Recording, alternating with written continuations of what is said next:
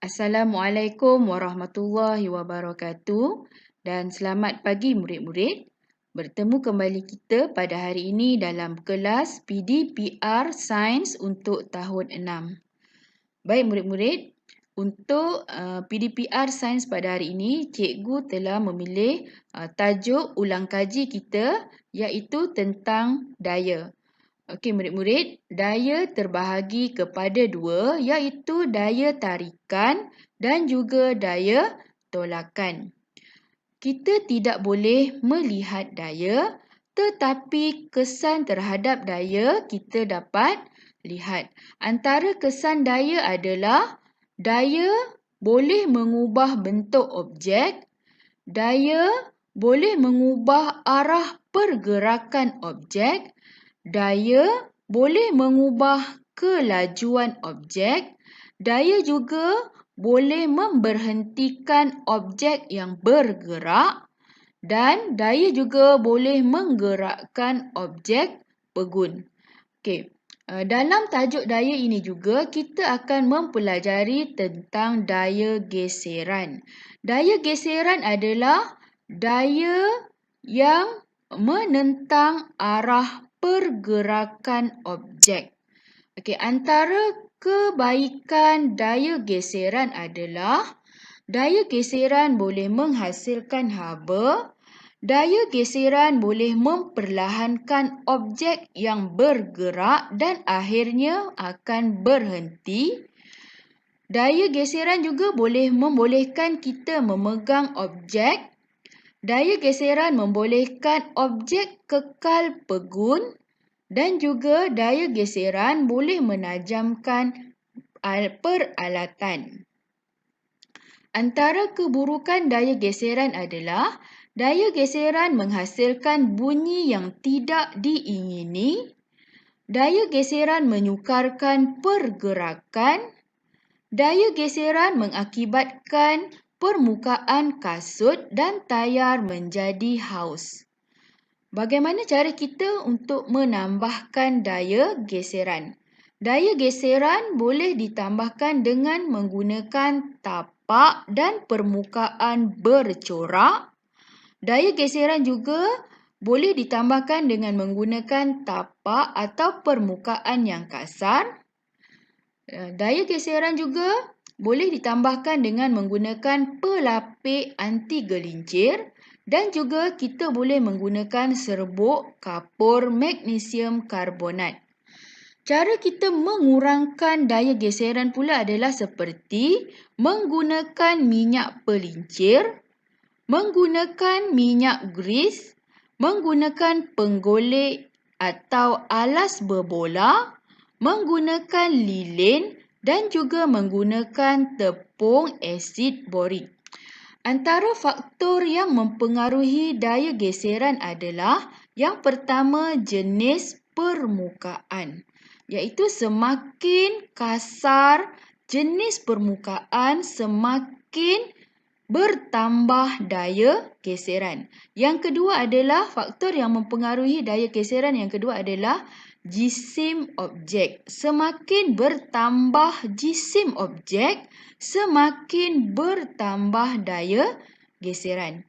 Baik murid-murid, untuk latihan dan tugasan pada hari ini, untuk kita lebih memahami tentang tajuk geseran, cikgu telah memberikan ataupun cikgu telah menyediakan 3 jenis soalan.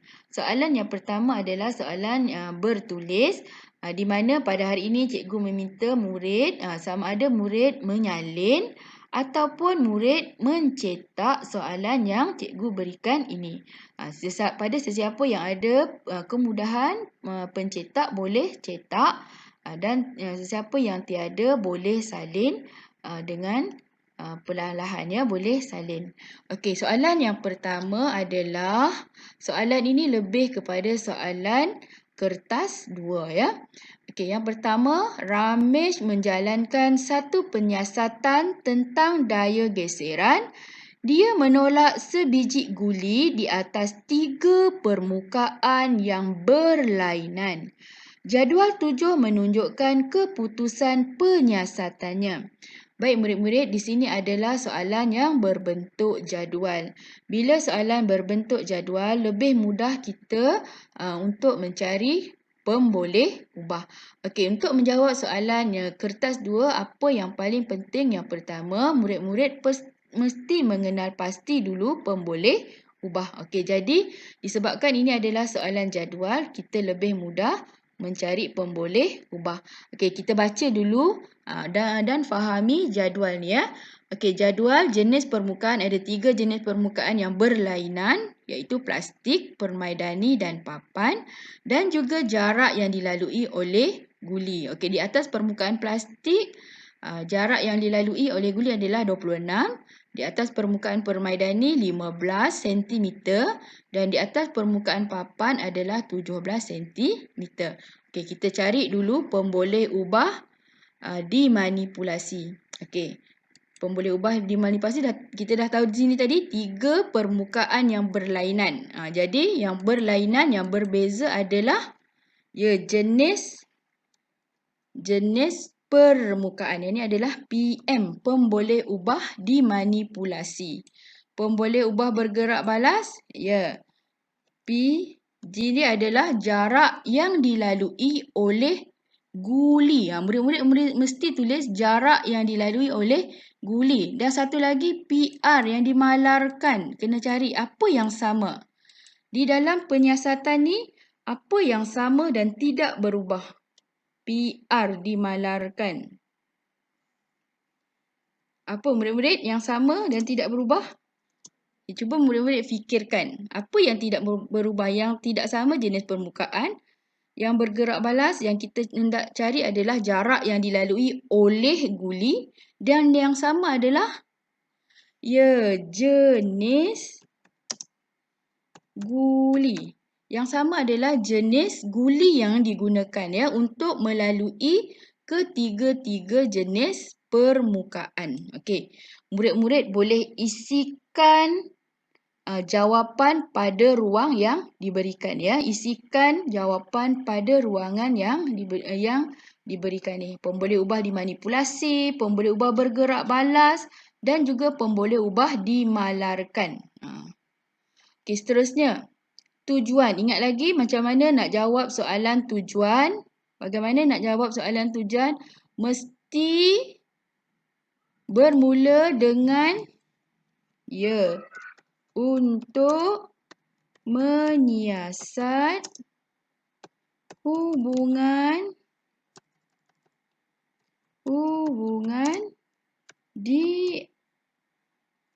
di antara apa murid-murid? Cikgu mahu murid tulis ni di antara PM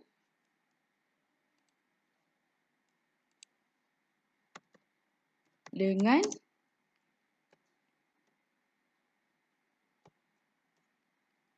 PG. Cikgu mahu murid-murid lengkapkan jawapan ini. Okey, seterusnya. Nyatakan satu pemerhatian berdasarkan keputusan penyiasatan seperti di dalam jadual. Satu pemerhatian. Baik murid, kita perhatikan apa pemerhatian yang kita boleh buat. Mula-mula ambil apa dulu murid-murid? Ambil PG. Kemudian kita pilih yang mana. Tidak boleh pilih yang di antara. Kena pilih sama ada yang paling jauh ataupun yang paling dekat. Kita boleh pilih antara yang paling jauh ataupun yang paling dekat. Okey, kalau yang paling jauh adalah plastik. Yang paling dekat adalah permaidani. Papan boleh tidak? Papan tidak boleh. Okey, cikgu tunjukkan macam mana nak buat soalan, nak jawab soalan pemerhatian. Okey, ambil dulu PG. Okey. PG dia adalah jarak yang dilalui oleh guli. Kita pilih yang mana? Murid-murid pilih yang mana? Yang paling jauh ke yang paling dekat? Okey, cikgu pilih yang paling jauh. Jadi cikgu pilih permukaan plastik. Jarak yang dilalui oleh guli di atas permukaan plastik paling jauh berbanding yang lain. Ya. Okey. Kita ambil dulu PG, kemudian kita pilih jenis permukaan apa, mesti ada perkataan berbanding yang lain. Okey. Jadi, jarak yang dilalui oleh guli di atas permukaan plastik paling jauh berbanding yang lain. Kenapa kita pilih yang paling? Untuk memudahkan kita menjawab soalan inferen. Berikan satu inferen berdasarkan pemerhatian di C. Berikan satu inferen. Okey. Kenapa di atas permukaan plastik ni guli dapat pergi paling jauh? Okey, kerana apa? Kerana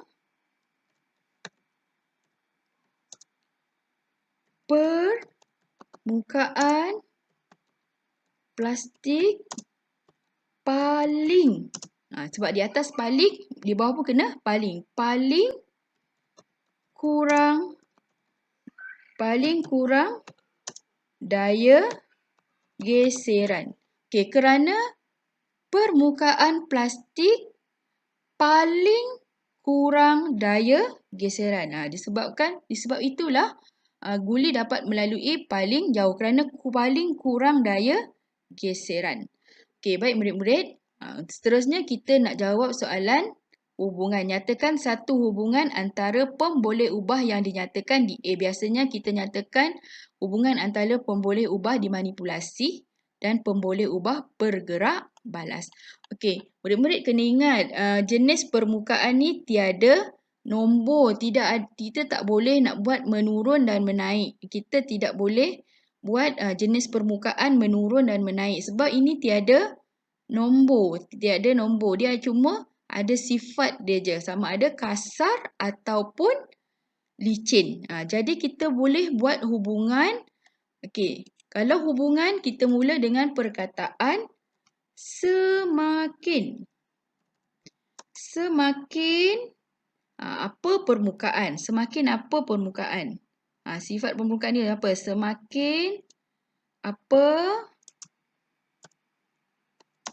Semakin jenis permukaan. Murid-murid boleh pilih semakin apa. Tak boleh semakin bertambah. Tak ada jenis permukaan tak boleh bertambah, tak boleh berkurang. Dia cuma ada sifat sama ada licin ataupun kasar. Jadi murid-murid boleh pilih semakin licin jenis permukaan. Kalau semakin licin, semakin apa jarak yang dilalui oleh guli? Semakin yang ni boleh corak sebab dia ada nombor. Jarak yang dilalui oleh guli. Okey. Boleh faham ya murid-murid? Okey. Cikgu terangkan sekali lagi. Okey, untuk jawab soalan hubungan, kita kena mula dengan perkataan semakin. Disebabkan di sini adalah jenis permukaan, dia tak ada nombor, kita kena pilih sifat jenis permukaan tu sama ada licin ataupun kasar.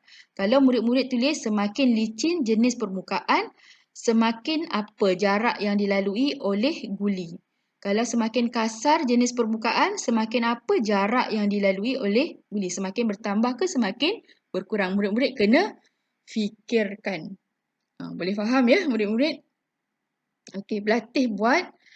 Bila dah siap, hantar kepada cikgu. Cikgu semak betul tak jawapan yang kamu buat nanti ya.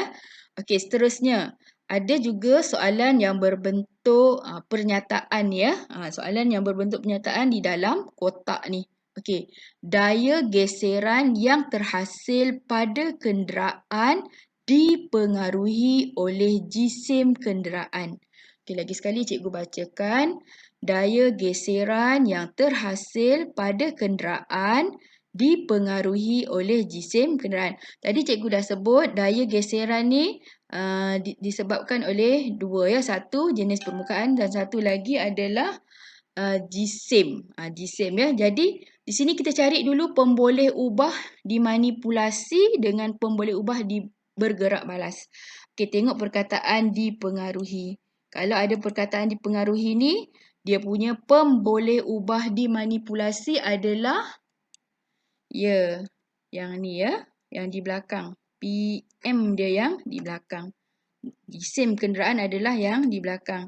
Yang di depan ni adalah PG. Okey, jadi kita boleh buat dah kat sini. Kita dah tahu dah PM dia. Semakin apa jisim kenderaan. Yang ni boleh jisim ada nombor. Boleh bertambah, boleh berkurang. Semakin apa? Semakin bertambah jisim kenderaan, semakin apa? Daya geseran yang terhasil. Boleh faham ya murid-murid? Okey. Yang ni soalan yang berbentuk pernyataan. Okey, semakin. Okey, contoh semakin bertambah jisim kenderaan berat. Jadi semakin apa daya geseran yang terhasil? Kalau berat, daya geseran bertambah ke berkurang? Kalau semakin berkurang jisim kenderaan ringan, kenderaan tu semakin apa daya geseran yang terhasil? Cikgu nak murid-murid jawab. Jawab, fikir dan jawab betul ya. Okey. Baik murid-murid, selain daripada soalan latihan yang bertulis ni, cikgu ada juga beri soalan yang berbentuk atas talian ataupun online di mana murid-murid boleh jawab terus melalui komputer ataupun telefon masing-masing. Ini adalah pautan yang cikgu akan berikan nanti ya. Murid-murid boleh jawab melalui komputer ataupun telefon masing-masing. Ada dua. Satu berbentuk live worksheet. Terus tekan pada pautan ni, murid-murid boleh lihat soalan yang diberikan. Soalan latihan untuk menguji tahap kefahaman murid-murid terhadap tajuk ini ya. Okey, senang je soalannya. Soalan tu dah ada pilihan jawapan. Okey, satu lagi soalan yang berbentuk Google Form. Yang ni soalan contoh soalan kertas satu lah. Soalan pilih baca soalan dan fahamkan. Kemudian pilih satu jawapan yang betul. Kedua-dua soalan yang murid-murid telah jawab nanti berikan kepada cikgu markah yang murid-murid perolehi ya. Okey, cikgu nak tengok takat mana pemahaman ataupun kefahaman murid-murid terhadap tajuk yang kita pelajari pada hari ini. Baik murid-murid, setakat ini dahulu PDPR sains kita pada hari ini. Kita berjumpa lagi pada minggu hadapan dengan tajuk ulang kaji yang lain ya. Okey, baik murid-murid, setakat ini dahulu PDPR kita pada hari ini. Sekian, Assalamualaikum warahmatullahi wabarakatuh.